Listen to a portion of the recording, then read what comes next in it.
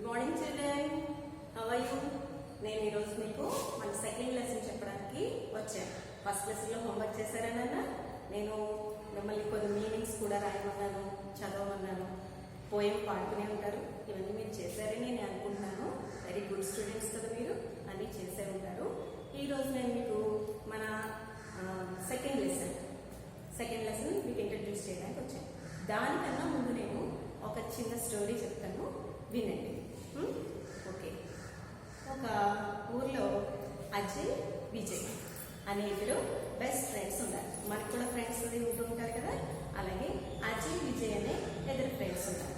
వాళ్ళ వ్యాపారం నిమిత్తం వాళ్ళ ఊరి నుంచి సిటీకి నడుచుకుంటూ వెళ్తున్నారు. అంటే ఇదివరకు ప్రయాణ సాధనాలు ఏమి లేక వాళ్ళు కాలిబాటన వెళ్తూ ఉండేవారు అనమాట. అలా వెళ్లే దారిలో అలసట వచ్చినప్పుడు చెట్టు కింద విశ్రాంతి తీసుకునేవారు.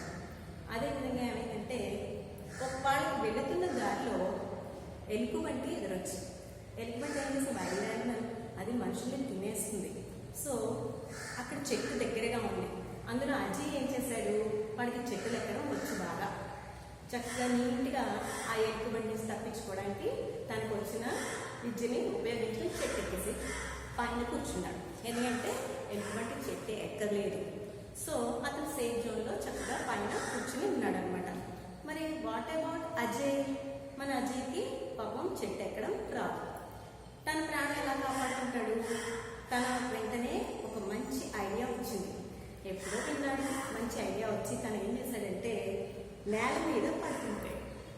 అది కూడా ఎలాగా, బ్రీత్ పీల్చుకోకుండా ఆపేసి మెడిటేషన్, యోగాలో ఒక స్టెప్ ఉంటుంది మనకి, అది తను అప్లై చేశాడన్న.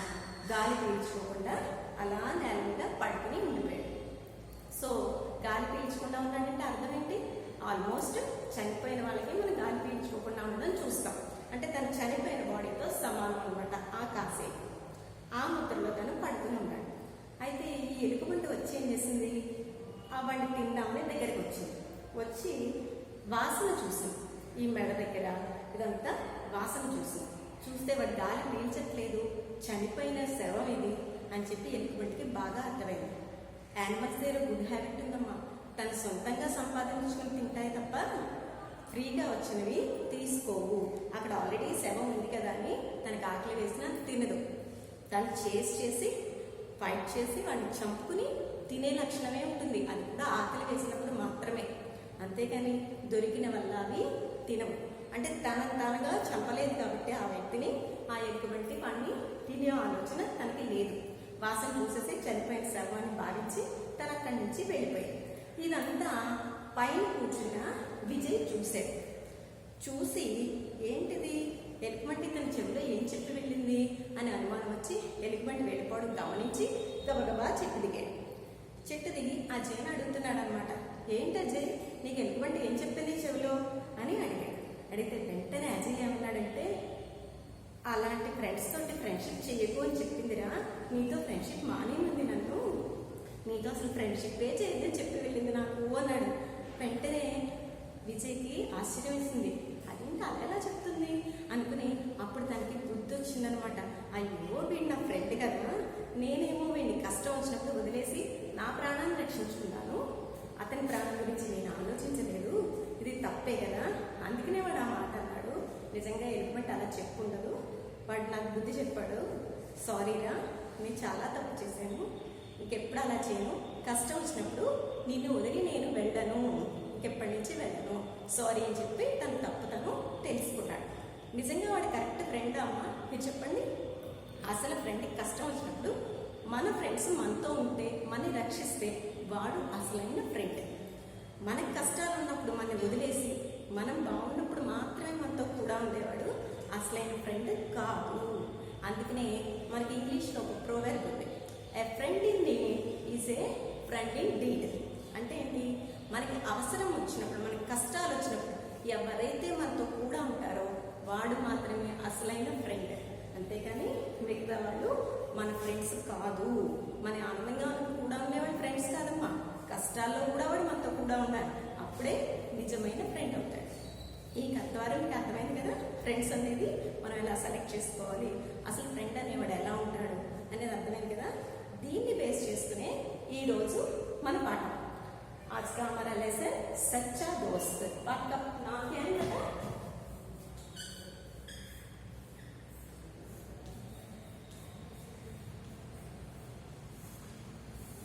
सच्चा दोस्त माने गुड फ्रेंड। सच्चा అంటే రియల్ అన్నమాట। రియల్ దోస్త్ మానే ఫ్రెండ్। రియల్ ఫ్రెండ్ అనేవాడు ఎలా ఉండాలి అనేది ఈ రోజు పాఠంలో మనకి పరిచయం చేశారు। ఒకసారి నేను పాఠం చదువుతాను, మీరు పేజ్ నెంబర్ 6 తీసి, మీ దగ్గర ఉన్న టెక్స్ట్ బుక్ లో పేజ్ నెంబర్ 6 తీసి ఈ పాఠాన్ని ఫింగర్ మూవ్ చేస్తూ చూడండి। ఫస్ట్ మీరు ఎలా చూసినట్టయితే మీకు అది ఎలా చదవాలి, ఆ వర్డ్ని ఎలా పలకాలి అనేది మీకు క్లియర్గా తెలుస్తుంది। మొత్తం పాఠం చదివాక నేను మీకు వివరణ ఇస్తానమ్మా, ఎక్స్ప్లెయిన్ చేస్తాను, అప్పుడు జాగ్రత్తగా అర్థం చేసుకుంటాను। Okay children, open your page number 6 చూడండి। ఏక్ పేడ్ థా, ఒక చెట్టు ఉండేది। మనం కూడా చిన్న చిన్న కథలు చెప్తున్నప్పుడు అనగనగా ఒక రాజు ఉండేవాడు అంటాం, అంటే ఎప్పుడో పాస్ట్ టెన్స్, ఆ జరిగిపోయిన కథను మనం చెప్పుకుంటున్నాం కాబట్టి మనం అలా మాట్లాడతాం। ఇక్కడ కూడా ఉంది, ఈ కథ ప్రస్తుతం జరిగిపోయిన కథ। సో ఏక్ పేడ్ థా అనేది యూజ్ చేసేయడం అంటే ఇక్కడ ఈ స్టోరీ అంతా పాస్ట్ టెన్స్ లో ఉందనేది మీరు అర్థం చేసుకోవాలి। ఓకే, ఉస్కా ఏక్ దోస్త్ థా, వాడికి ఒక ఫ్రెండ్ ఉంది। ఎవరికి? ఈ ట్రీకి, ఆ పేరుకి ఒక ఫ్రెండ్ ఉండేవాడు। ఉస్కా నా అమర్ థా, వాడి పేరేంటి? అమర్। అమర్ అనే ఫ్రెండ్, మీకు కూడా ఫ్రెండ్స్ కి పేర్లు ఉంటాయి కదా, శ్రీనివాస్, సంతోష్, రవి, జేసా, అలాగే ఈ చెట్టు కూడా ఒక ఫ్రెండ్ ఉన్నాడు, వాడి పేరు అమర్। ఓకే, ఫ్రెండ్ పేరు అమర్, గుర్తుపెట్టుకున్నాక మళ్ళీ అడుగుతాను। దోనో ఆపస్ మే బహుత్ ప్యార్ కర్తే తే, ఇద్దరు, దోనో అనే ఇద్దరు, ఆపస్ మే మ్యూచువల్లీ ఒకళ్ళకొకళ్ళు చక్కగా బహుత్ ప్యార్ కర్తే తే, ఎక్కువ ఫ్రెండ్షిప్ గా చాలా క్లోజ్ గా ఉంటారు అని దాని యొక్క అర్థం। హర్ రోజ్ అమర్ పేడ్ కే పాస్ జాతా థా, ప్రతిరోజు కూడా ఈ అమర్ అనే చిన్న బాలుడు చెట్టు దగ్గరికి ప్రతిరోజు వెళ్తాడు, ఎందుకంటే తన ఫ్రెండ్ కదా ఈ పేడు, ఈ బాబు యొక్క అమర్ యొక్క ఫ్రెండ్। సో వాడు రోజు చెట్టు దగ్గరికి, తన ఫ్రెండ్ దగ్గరికి వెళ్తూ ఉండేవాడు। ఉస్కి ఫల్ ఖాతా థా, మనం కూడా పళ్ళు అవి తింటూ ఉంటాం కదా, మరి మీ ఫ్రెండే కదా ఈ బాబుకి ఆకలి వేస్తూ ఉంటుంది, ఈ చెట్టు యొక్క పళ్ళు కోసుకుని తింటూ ఉండేవాడు। ఉస్కే పత్తే ఇకట్టా కర్తా థా, ఆ చెట్టు నుంచి రాలిపోయిన ఆకులన్నింటినీ గ్యాదర్ చేసేవాడు, మొత్తం ఆకులన్నీ గ్యాదర్ చేసుకోవడం ఆ అబ్బాయి చేస్తూ ఉండేవాడు। ఇన్ పత్తంకి మాల బనాథా, ఆ ఆకులతో ఇలా చక్కగా మాల అనే దండ కింద తయారు చేసుకుంటూ ఉండేవాడు అనమాట। ఇన్ పత్తంకి మాల బనాథా థా, పేడ్కి తనే పర్ చढ़ता था, తన అనే ఈ శరీరం, కాండం అన్నమాట, స్టెమ్, దానికి ఎక్కుతూ ఉండేవాడు, అంటే టు క్లైంబ్ ద ట్రీస్, చెట్టు ఎక్కుతూ ఉండేవాడు, ఆడుకోవడానికి చెట్లు ఎక్కుతాం మనం, అలాగే పిల్లాడు కూడా ఎక్కుతూ ఉండేవాడు। ఉస్కి శాఖాओं से झूलता था, శాఖం అనే కొమ్మలు అన్నమాట, ఆ కొమ్మలు పట్టుకుని వేలాడుతూ జూల్తా థా, జూల్నా అంటే టు స్వింగ్, ఊయల్లాగా కొమ్మలు పట్టుకుని ఊగుతూ ఉండేవాట ఈ బాబు। ఆపస్ మే ఆంక్ మిచోని खेलते थे, ఆపస్ మే మ్యూచువల్లీ, ఇద్దరు కూడా ఆంక్ మిచోని खेलते थे, ఆంక్ మిచోని మానే హైడ్ అండ్ సీక్, మీరు దొంగ పోలీసు ఆట ఆడుకుంటారు కదమ్మా, దాంకుని అలాంటి ఆట ఈ చెట్టు బాబు కలిసి ఆడుకుంటూ ఉండేవాట। ఆంక్ మిచోని खेलते थे, జబ్ వహ్ తక్ జాతా తో, తక్ జానా మానే టైర్డ్, అలసిపోవడం, ఎప్పుడైతే అలసిపోయాడో తో పేడ్కి ఛాయా మే సో జానా, అప్పుడు చెట్టు నీడలోనే చక్కగా పడుకునేవాడు, ఎందుకంటే చెట్టు నీడలో మనం పడుకుంటే చల్లగా ఉంటుంది, ఆ చల్లటి గాలి తగులుతుంటుంది కాబట్టి ఆ చెట్టు నీడలో ఆ బాబు పడుకునేవాడు। ఇస్ తరహ దోనో బహుత్ ఖుష్ थे, ఈ విధంగా ఇద్దరు చాలా చాలా సంతోషంగా ఉండేవారట, ఆ చెట్టు మరియు ఆ ఫ్రెండ్ ఎవరు, ఫ్రెండ్ పేరు అమర్, వాళ్ళిద్దరూ చాలా ఫ్రెండ్లీగా ఉంటూ ఉండేవారు। సమయ బీతదా గయా, టైం అలా గడుచుకుంటుంది, మనం కూడా 1వ క్లాస్ నుంచి ఇప్పుడు 7th క్లాస్ దాకా వచ్చాం, అంటే టైం గడిచే కొద్దీ మనం కూడా పెద్దవాళ్ళం అవుతున్నాం కదా, అలాగే టైము గడుస్తూ వచ్చింది। అమర్ బడా హువే, అమర్ పెద్దవాడు అయిపోయాడు, ఇంత చిన్నపిల్లాడు కాస్త పెద్దవాడు అయిపోయాడు మీలాగే।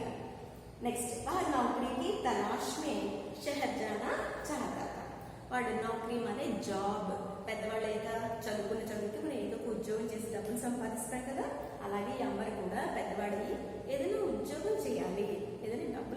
సంపాదించాలని ఆలోచన వచ్చి ఆ జాబ్ చేయడం తలాష్ మనే ఖోజ్ సర్చ్ వెతకడం గురించి ఏం చేశాడు, షహర్ జానా చాతా థా. షహర్ మనే సిటీ, ఆపోజిట్ ఏంటమ్మా విలేజ్, షహర్ కి ఆపోజిట్ గాంవ్ ఇన్ హిందీ. ఓకే, విలేజ్ నుంచి అతను ఏం చేశాడు, సిటీకి వెళ్తే మంచి జాబ్స్ వస్తాయి, చదువుకున్న వాటికని సిటీ వెళ్ళాలని కోరుకున్నాడు. उसके गांव और शहर के बीच में నది థీ. ఎక్కడైతే తన విలేజ్ లో ఉంటున్నాడో అక్కడి నుంచి సిటీకి వెళ్ళడానికి మధ్యలో ఒక నది ఉంది. ఆ నది బోట్ లో మనం దాటితేనే సిటీకి వెళ్ళగలం. అతనికి అక్కడికి ఆ నది దాటి వెళ్లాల్సిన అవసరం వచ్చింది. దానికి ఏం కావాలి, బోట్ కావాలి. అయితే ఉస్నే సోచా నదికు కైసే పార్ కరూ, అసలు ఈ నదిని నేను ఎలా దాటాలి, ఎలా దాటగలను అని ఆలోచించుకున్నాడు. తన దగ్గర ఏ విధమైన ఐడియా లేదు. మనకి ఎప్పుడైనా సమస్య వస్తే ఏం చేస్తాం, ఫ్రెండ్స్కి వెళ్ళి చెప్పుకుంటాం. అదేవిధంగా అమర్ ఏం చేశాడు, వెంటనే తన ఫ్రెండ్ దగ్గరికి వెళ్తే మంచి సలహా ఇస్తాడు అని చెప్పి ఈ చెట్టు దగ్గరికి వచ్చాడనమాట. సోచ్తే హుయే, ఆలోచిస్తూ పేడ్కి పాస్ గయా. ఇలా ఎలా దాటాలి, ఈ రివర్ నేను ఎలా దాటాలి అనుకుంటూ ఆలోచిస్తూ తను చెట్టు దగ్గరికి చేరుకున్నాడు. పేడ్కు అపని సమస్య బతాయి. ఆ చెట్టుకి తన సమస్య మొత్తాన్ని చెప్పాడు. ఇలా నేను జాబ్ గురించి సిటీ వెళ్ళాలి, అందుకోసం నాకు నావ కావాలి, నేను నదిని ఈ రివర్ని పార్ కర్నా దాటాలి, సో నాకు ఒక బోట్ కావాలి అని చెప్పి ఎలా వెళ్ళను అని చెప్పి తన ఫ్రెండ్కి తన యొక్క సమస్యని ఫ్రెండ్కి చెప్పుకున్నట్ట అమర్. పేరునే కహా మేరీ శాఖాయే కాటు, నా బ్రాంచెస్ కట్ చేసుకో. శాఖ ఏమనే బ్రాంచెస్, నా బ్రాంచెస్ నువ్వు కట్ చేసుకో, నావ్ బనాలో బోట్ తయారు చేసుకో. నీకు పెద్ద సమస్య ఉంది, నా దగ్గర ఉన్నాయి కదా కొమ్మలు, ఆ కొమ్మలు కట్ చేసుకుని చక్కగా నువ్వు బోట్ తయారు చేసుకుని నువ్వు సిటీకి వెళ్ళు, నీ పని అయిపోతుంది అని చెప్పి మంచి ఫ్రెండ్గా అవసరానికి ఉపయోగపడే సలహాని చెప్పిందనమాట. అమర్ని వైసాహి కియా. అమర్ సేమ్ యాస్టిస్ ఆ చెట్టు చెప్పినట్టుగానే తన కొమ్మల్ని కట్ చేసుకుని బోట్ తయారు చేసుకుని చక్కగా బోట్ ఎక్కి సిటీకి వెళ్ళిపోయాడు. వహా ఖూబ్ పైసా కమాయా. ఆ సిటీకి వెళ్ళి ఏం చేశాడు, అసలు ఎందుకు వెళ్ళాడు, జాబ్ చేసి డబ్బులు సంపాదించడానికి వెళ్ళాడు. వహా ఖూబ్ పైసా, చాలా ఎక్కువ డబ్బులు, పైసా మనీ మనీ, ఆ డబ్బుల్ని కమానా టు ఎర్న్, డబ్బులన్నీ సంపాదించాడు. సిటీకి వెళ్ళి మంచిగా డబ్బులు సంపాదించాడు. గాంవ్ లోట, మళ్ళీ ఏం చేశాడు, తన విలేజ్ మళ్ళీ ఒకసారి చూసుకుందామని తిరిగి వచ్చాడు. ఎక్కువ డబ్బులు సంపాదించుకున్నాక అప్పుడప్పుడు మనం కూడా మన ఇంటికి తిరిగి వస్తుంటాం కదా, సిటీలో జాబ్ చేసే చోటే ఉండిపోం కదా, మన పుట్టిన ఇంటికి మళ్ళీ మనం పుట్టిన ఊరిని చూసుకోవడానికి రెండింటిని వస్తూ ఉంటాం, సెలవులతో పండగతో వస్తుంటాం. అదేవిధంగా అమర్ కూడా తన విలేజ్ మళ్ళీ వెనక్కి వచ్చాడు. गांव लौटने के कुछ दिन पहले उसके गांव में तूफान आया था. తిని ఎప్పుడైతే ఈ విలేజ్ కి తిరిగి వస్తున్నాడో అప్పటికి కొన్ని రోజుల ముందు ఆ ఊర్లో ఒక సంఘటన జరిగింది. ఏంటది, పెద్ద తుఫాన్ వచ్చింది. తుఫాన్ అంటే చెట్లు పడిపోతాయి, ఇళ్ళు కొట్టుకుపోతాయి, పంటలు నాశనం అయిపోతాయి, మొత్తం నష్టం అనేది చాలా జరుగుతుంది తుఫాన్లు వచ్చినప్పుడు. ఇవన్నీ మన టీవీలో న్యూస్లో వాటిలో చూస్తుంటాం కదా, తుఫాన్ వచ్చినప్పుడు ఎంత నష్టపోయామో. అలాగే తిన అమర్ ఈ విలేజ్ కి రావడానికి ముందు కొన్ని రోజుల ముందు అక్కడ ఒక పెద్ద తుఫాను వచ్చింది. అమర్ కా ఘర్ టూట్ గయా థా. అమర్ యొక్క ఇల్లు విరిగిపోయింది పాపం. ఆ తుఫాన్కి ఇల్లు కూలిపోయిందనమాట, మొత్తం ముక్కలు అయిపోయింది. పాపం ఎక్కడుంటాడు, విలేజ్ వచ్చి ఆ సిటీ నుంచి వచ్చాడు. పాపం తన ఇల్లు చూసుకుందా ఉంటే ఏమీ లేదు అక్కడ, మొత్తం ఇల్లంతా ముక్కలు అయిపోయి ఉంది. తన ఇల్లు విరిగిపోయి, టూటున్నామని టు బ్రేక్, మొత్తం ఇల్లు విరిగిపోయి ఉంది. మహా పేరుకే పాస్ పహుంచా. బాధ వచ్చింది వాడికి, అయ్యో నాకు ఇల్లు లేదు, ఇల్లు కూలిపోయింది, ఇప్పుడు నేను ఎక్కడ ఉండాలి అని తనకి బాధ వచ్చి వెంటనే ఏం చేశాడు, తన కష్టం మళ్ళీ వచ్చింది కాబట్టి మళ్ళీ తన ఫ్రెండ్ గుర్తొచ్చి తన చెట్టుకి చెప్పుకుందాం, తన బాధను చెప్పుకుందామని ఆ పేరుకే పాస్ పహుంచా, చెట్టు దగ్గరికి చేరుకున్నాడు. పేరునే కహా మేరా తనా కాట్కర్ అపనా ఘర్ బనా. నువ్వు ఎందుకు బాధపడతావు, తనాం అనే కాండం అనమాట, అంటే చెట్టు మాను ఏదైతే ట్రంక్ ఏదైతే ఉందో, స్టెమ్ ఏదైతే ఉందో దాన్ని నువ్వు కట్ చేసుకో, కట్ చేసుకుని నీట్గా ఇల్లు కట్టేసుకోమండి, ఎందుకు బాధపడతావు అని చెప్పి ఆ ఫ్రెండ్ యొక్క బాధను చూడలేక తనని కట్ చేసుకుని ఇల్లు కట్టుకోమని సలహా చెప్పినట్ట చెట్టు. కాట్కర్ అప్నా గర్భనాలు, నీ ఇల్లు నువ్వు మళ్ళీ కట్టుకో అని చెప్పాడు. అమర్నే వైసాహి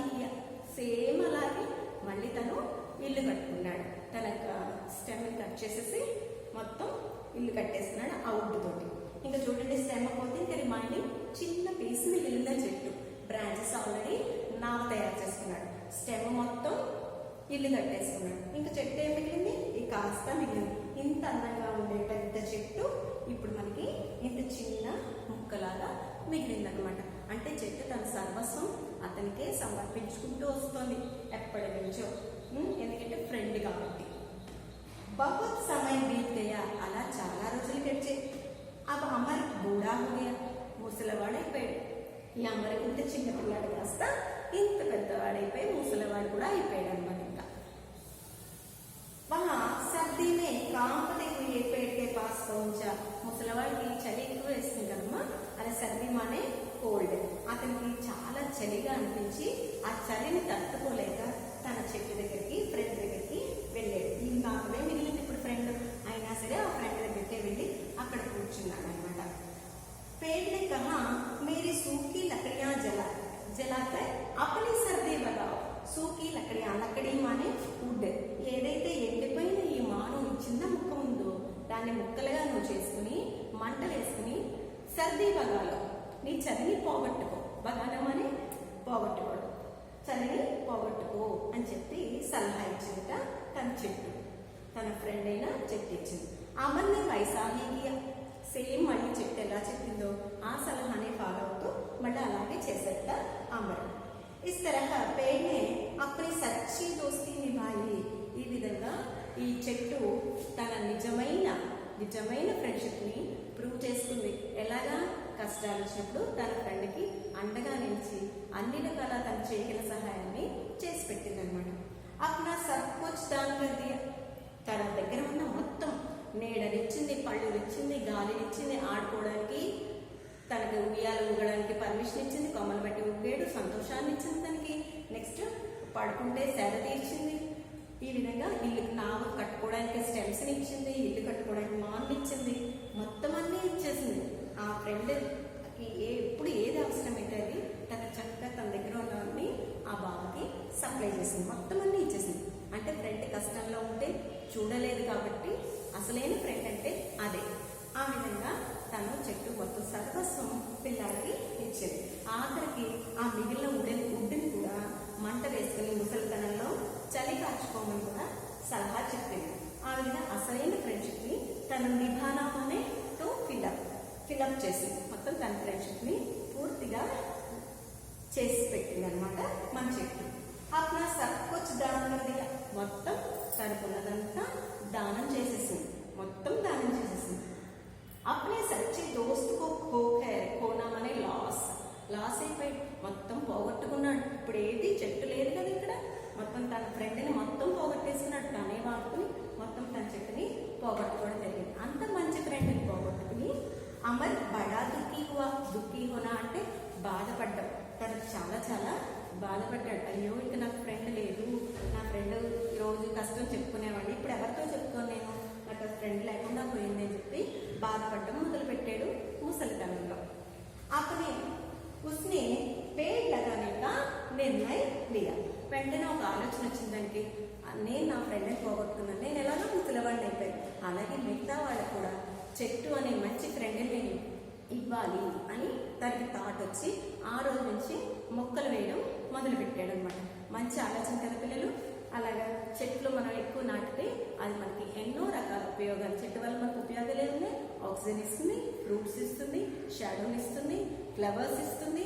నెక్స్ట్ మనకి వుడెన్ వర్క్ చేయించుకుంటూ ఉంటాం, ఇంట్లో విండోస్ కావాలి, డోర్స్ కావాలి, ఇవన్నీ చేయించుకుంటాం. వీటన్నిటికీ చెట్టే మనకి బేస్. అది లేకపోతే ఏమీ లేదు.